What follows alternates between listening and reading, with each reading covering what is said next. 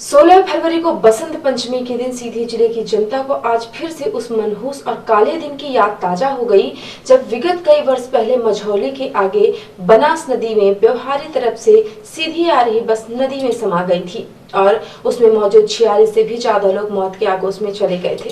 16 फरवरी 2021 को आज बसंत पंचमी को आज एक बार फिर से सीधी जिले के बगवार में सीमेंट फैक्ट्री के बगल से लगे सरदापटना गांव के पास से गुजरने वाली नहर में सीधी से सतना जा रही परिहार बस अनियंत्रित होकर नहर में जा गिरी। अचानक हुई इस घटना में बस में सवार 46 यात्रियों की मौत हो गई। बस में कई छात्र छात्राएं सवार थे जो अपने उज्जवल भविष्य का सपना देखते हुए परीक्षा देने सतना जा रहे थे। वहीं दुर्घटना के बाद आनन फानन में ग्रामीणों और बचाव दल ने 7 लोगों को सुरक्षित निकाल लिया। नहर में काफी पानी गहरा होने की वजह से बस दिखाई नहीं दे रही थी। कुछ घंटों बाद प्रशासन ने बड़ी बड़ी मशीनरियों को इकट्ठा करके बचाव दल को लगाकर राहत और बचाव कार्य शुरू किया। इस दौरान प्रदेश के मुखिया के निर्देश पर नहर में छोड़े जाने वाले पानी को भी बंद किया गया, जिससे नहर में पानी का स्तर घटने लगा और बस दिखाई देने लगी। इस दौरान जिला प्रशासन, पुलिस प्रशासन, एनडीआरएफ, होमगार्ड की टीम राहत और बचाव कार्य में जुट गई और बस को क्रेन की सहायता से नहर से कुछ ऊपर खींचकर उनसे सबको निकालने का काम शुरू कर दिया। इसी दौरान दुर्घटना की सूचना मिलते ही रीवा संभाग के कमिश्नर राजेश कुमार जैन, आईजी उमेश जोका तथा डीआईजी अनिल सिंह कुशवाहा तत्काल दुर्घटना स्थल पर पहुंचे और राहत और बचाव में शामिल हुए।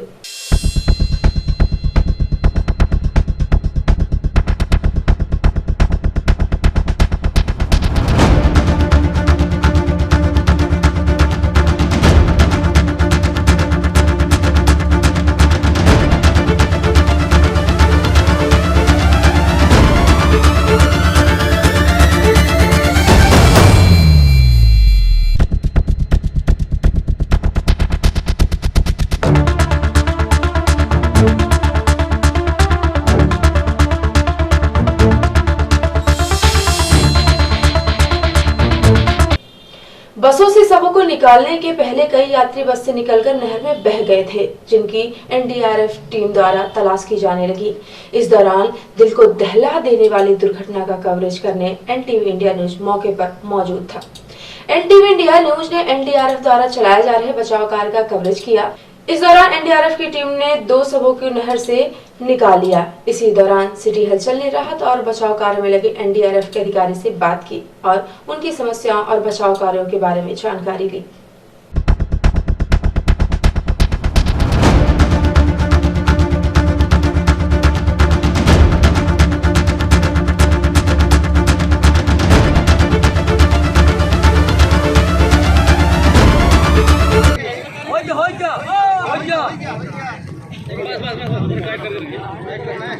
ये बगवार में हुई नहर में दुर्घटना के राहत बचाव का आपको दृश्य दिखाया जा रहा है। एनडीआरएफ के गोताखोर नहर में जो बसों से निकलकर शव बह गए हैं उनको तलाश करने की कोशिश कर रहे हैं और एक शव दिखाई पड़ा है जिसे निकालने के लिए एनडीआरएफ के जवान गैस और मास्क लगाकर अब पानी में उतरने वाले हैं और जल्दी शव को बाहर निकाला जाएगा। ये मौके से नवीन नेटवर्क सिटी चैनल आपको ये राहत और बचाव कार्य के दर्दनाक दृश्य दिखा रहा है। इस दुर्घटना में 40 से भी ज़्यादा लोगों की जल समाधि हो चुकी है।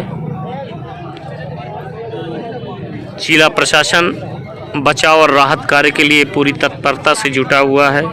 एनडीआरएफ के जवान लगातार शवों को तलाश करने की कोशिश कर रहे हैं। उसी की कड़ी में एक शव दिखाई पड़ा है जिसे निकालने की कोशिश की जा रही है।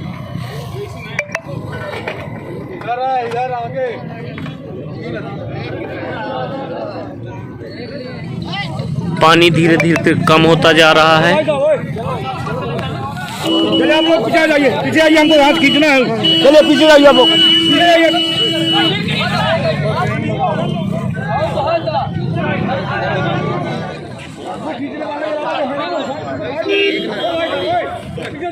और ये बॉडी मिल गई है और ये सब मिल गया है जिसको निकाल रहे हैं।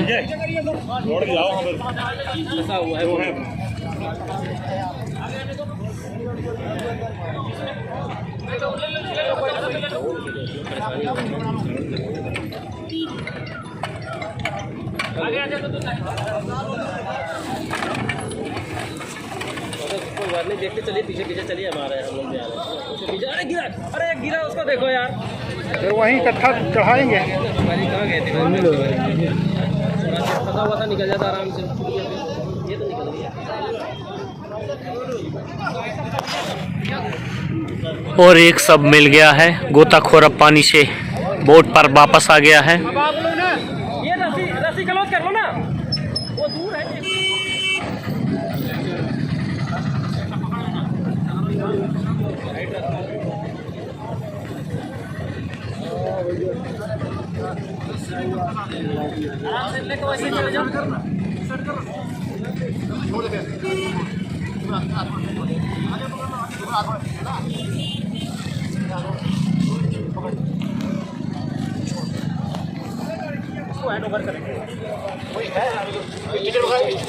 कपड़ा लाओ, कोई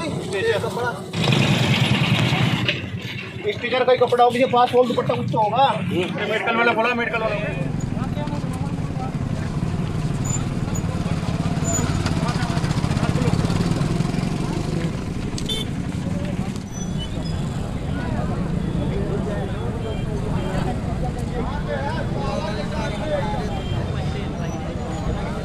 सर, ये आज जो यहाँ पे दुर्घटना हुई है, आप एनडीआरएफ से हैं, अपनी कितनी सदस्यीय टीम को लेकर आप यहाँ आए हुए हैं और किस तरह से रेस्क्यू चलाया है सर? आपने कितने शव आपने अब तक रिकवर किए हैं? हमारी जो एनडीआरएफ की टीम है, वाराणसी का ये टीम है। मैं इंस्पेक्टर मिथिलेश कुमार, जो कि सिद्धि में फेमेक्स करने के लिए आ रखे थे। टीम हमारी पहले यहाँ पहुँच चुकी थी और फेमेक्स कर रही थी, जिसमें कि एडीएम साहब के द्वारा जो जैसे ही सूचना मुझे प्राप्त हुई 8:30 बजे कि इस तरह की घटना हुई, आपको टीम को मूव करना है। हम लोग 10 बजे के करीब यहाँ पर टीम लेके पहुँच गए थे।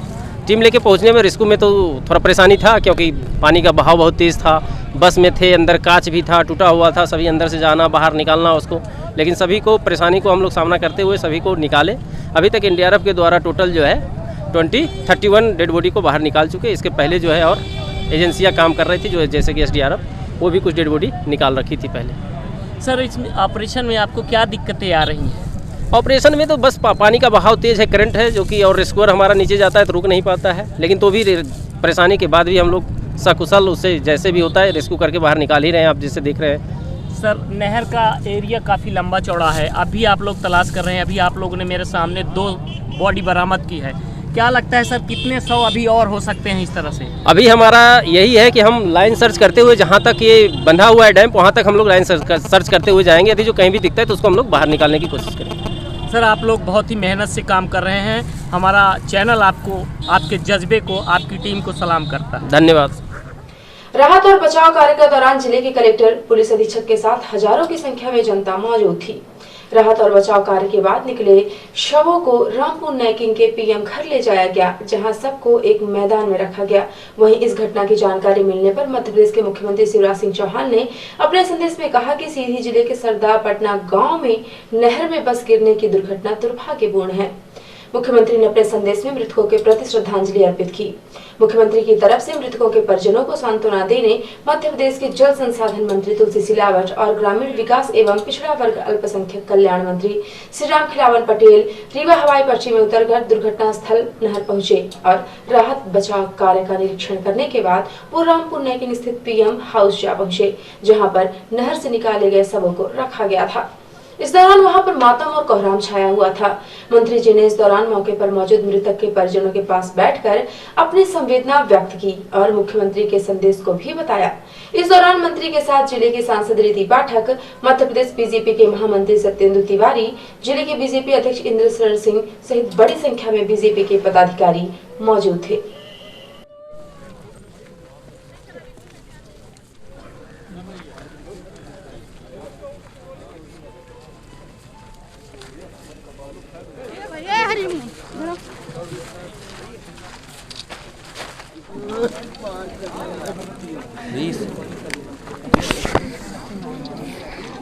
हमारा क्या आने वाली नाम है, पहले पैसे से वकील है, हमारे बड़े भाई वकील है, मेरे भाई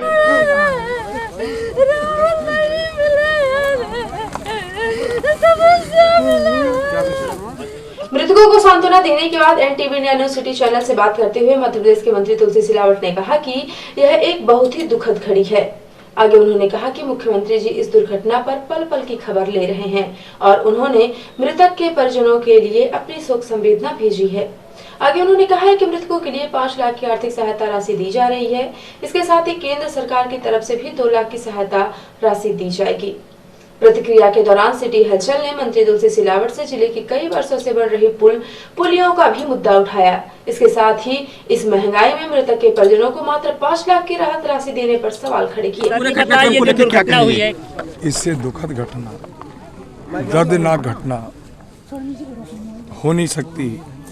सुबह से मुख्यमंत्री मध्य प्रदेश के शिवराज जी हर पल पल की संबंधित अधिकारियों से विस्तृत जानकारी ले रहे हैं।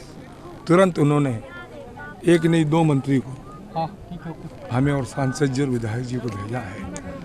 एक जो परिवार के जो घटना से प्रभावित है वो कष्ट होता है, वही मुख्यमंत्री शिवराज जी को है, वही सरकार को है। इस दुख की घड़ी में पूरी सरकार इस परिवार के साथ खड़ी है।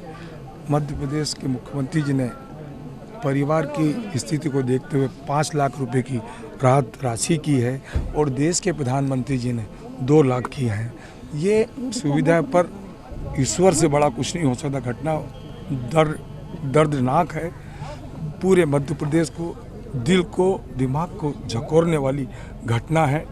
इस घटना को उच्च स्तरीय जांच के भी आदेश हो गए हैं और जो सुविधाएं इस परिवार को चाहिए वो पूरी सरकार देने के लिए तत्पर है और इनके हर दुख हर सुख में सरकार इनके साथ खड़ी है। सर, प्रथम दृष्टया घटना के पीछे क्या कारण सामने आए हैं, आप लोगों को क्या बताया जा रहा है? अभी आपके सामने तो मैं आया हूँ, पूरी इसकी समीक्षा की जाएगी, इसकी पूरी जानकारी लाएगी, इसके तह में जाया जाएगी घटना का मूल कारण क्या कुल है। कितने लोग बस में सवार थे सर? अभी 4300 मिल चुके हैं और अभी 200-300 मिलने की संभावना है। आप जानते हैं अभी हमको इनकी घाटी में जाम की स्थिति बनी हुई है। क्या चीज? पिछले 5 दिनों से छुइया घाटी में जाम लगा हुआ है, तो कहीं न कहीं एक आवागमन भी एक कारण है। ये मेरे संज्ञान में अभी रास्ते में आया है, इसको भी ये पूरी विस्तृत एक रिपोर्ट समीक्षा हम कर रहे हैं। जो भी कारण आएंगे उनका हम अति शीघ्र समाधान और निराकरण करने की कोशिश करेंगे। ये दुखद घटना है, इस पर हमारे पास शब्द नहीं है कि किस शब्द से इस घटना को कुछ जाबाज बच्चियों ने कुछ के प्राण बचाए हैं। मैं उनको मध्य प्रदेश सरकार की ओर से उस बच्चियों को प्रणाम करता हूँ, नमन करता हूँ कि एक योद्धा के रूप में, एक ईश्वर के रूप में उन्होंने इस घटना में सहयोग किया। सर, इस जिले में कई पुलिया ऐसे हैं जो दुर्घटना के कारण बने हुए हैं। इसके पूर्व जोगदहा पुल में भी हुआ था, उस पुल के बनने के लिए आदेश हुए लेकिन आज तक पुल बने नहीं। शहर में भी कई ऐसे पुल हैं छोटे छोटे जो निर्माणाधीन है, बन नहीं रहे हैं, 10-10 वर्ष हो गए। अभी मेरी आपसे प्रार्थना है, ये दुखद घटना है, हमको इस घटना पे चर्चा करें ज़्यादा बेहतर होगा, बाकी हम बाद में विस्तृत करेंगे बाद में।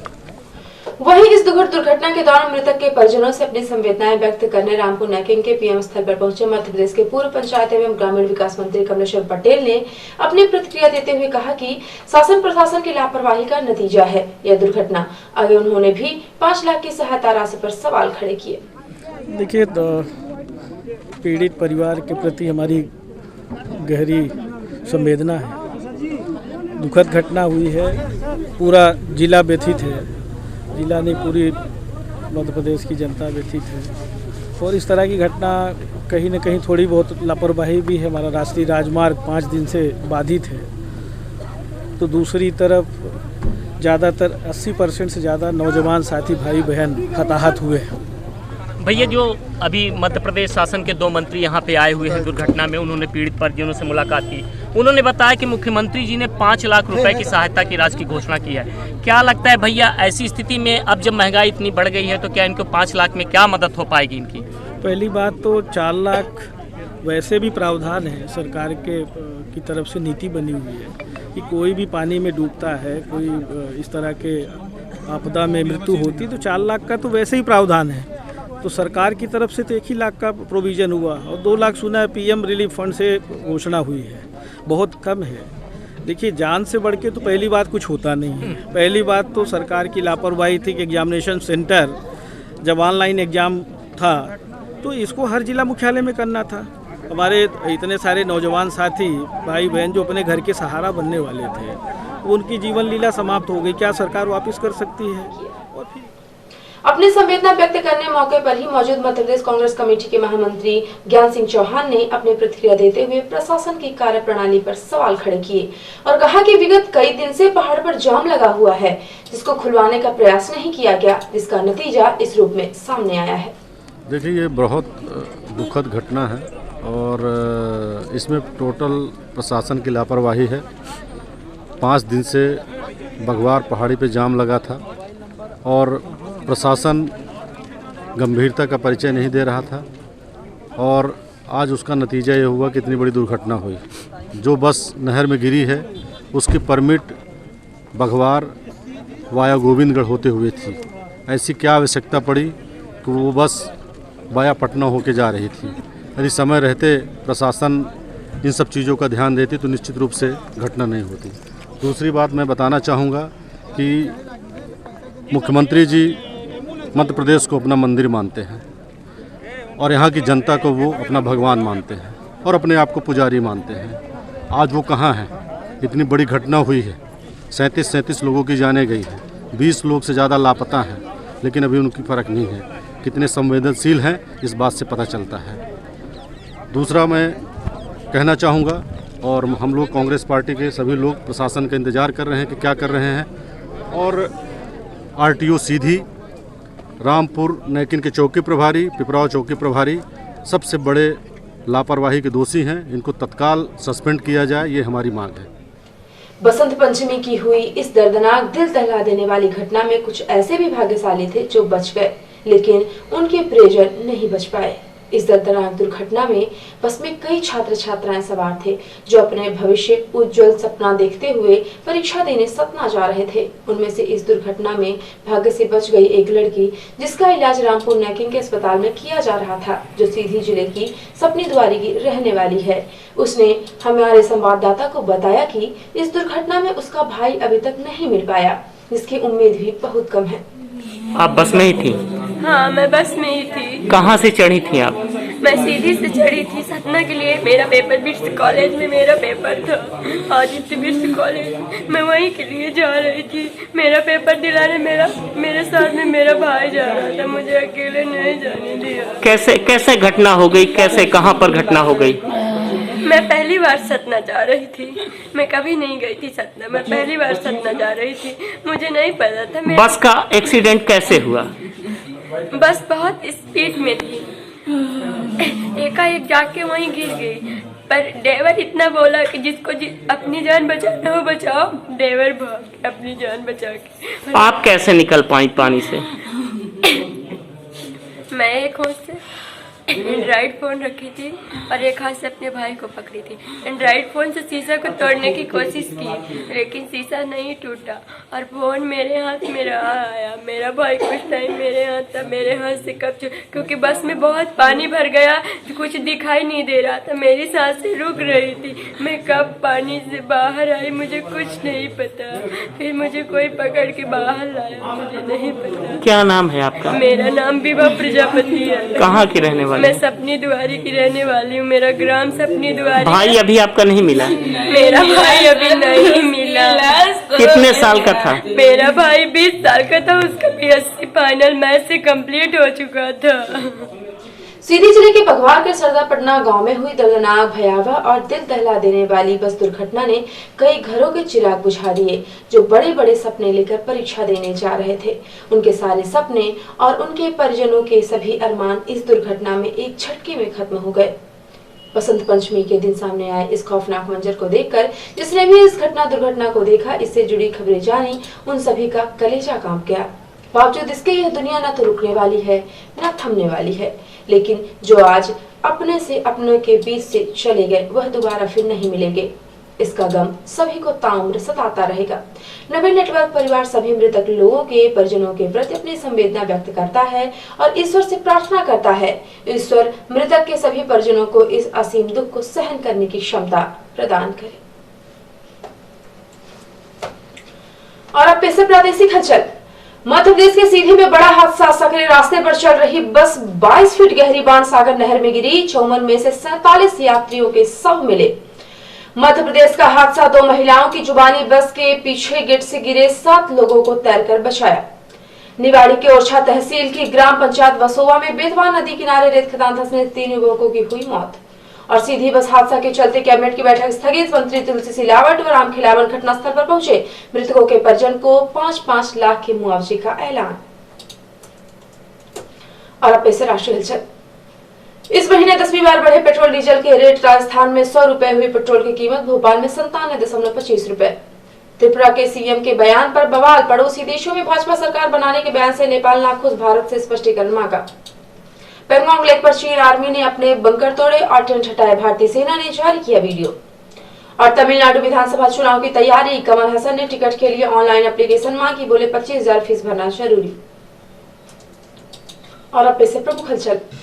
सीधी जिले के बघवार में सीमेंट फैक्ट्री के बगल से लगे सरदा गांव में सीधी से सतना जा रही बस नहर में गिरी। 46 यात्रियों की हुई मौत, 7 लोगों को बचाया गया। बस दुर्घटना में एनडीआरएफ होमगार्ड की टीम ने दिखाया राहत और बचाव का दमखम। 30 से भी ज्यादा शवों को नहर से बाहर निकाला। मंत्री तुलसी सिलावट और राज्य मंत्री श्री राम खिलावन पटेल ने बस दुर्घटना पीड़ितों के परिजनों को दी सांत्वना। राज्य सरकार की ओर से दी गई सहायता राशि की जानकारी। मध्य प्रदेश के पूर्व पंचायत एवं ग्रामीण विकास मंत्री कमलेश्वर पटेल ने मृतक के परिजनों को मात्र 5 लाख की राहत राशि देने पर सवाल खड़े किए। और दर्दनाक बस दुर्घटना में जिंदा बची लड़की ने एनटीवी इंडिया न्यूज को बताई अपनी आपबीती, कहा भाई को खो दिया। तो ये थी आज की प्रमुख हलचल। यदि आप न्यूज फेसबुक पर देखते हैं तो पेज को लाइक और फॉलो करें। यूट्यूब पर देखते हैं चैनल को लाइक, शेयर और सब्सक्राइब करना बिल्कुल ना भूलें। आप किसी भी न्यूज को तत्काल पढ़ने के लिए लॉगिन करें www.ntvIndianews.com। सीधे वेब में देखिए प्रत्येक न्यूज का अपडेट तुरंत अपने फोन पर पाना चाहते हैं तो आप प्ले स्टोर से हमारा app NTV India news download करें और जुड़े रहें अपने आसपास की समस्त गतिविधियों से एनटीवी इंडिया न्यूज के साथ। नमस्कार।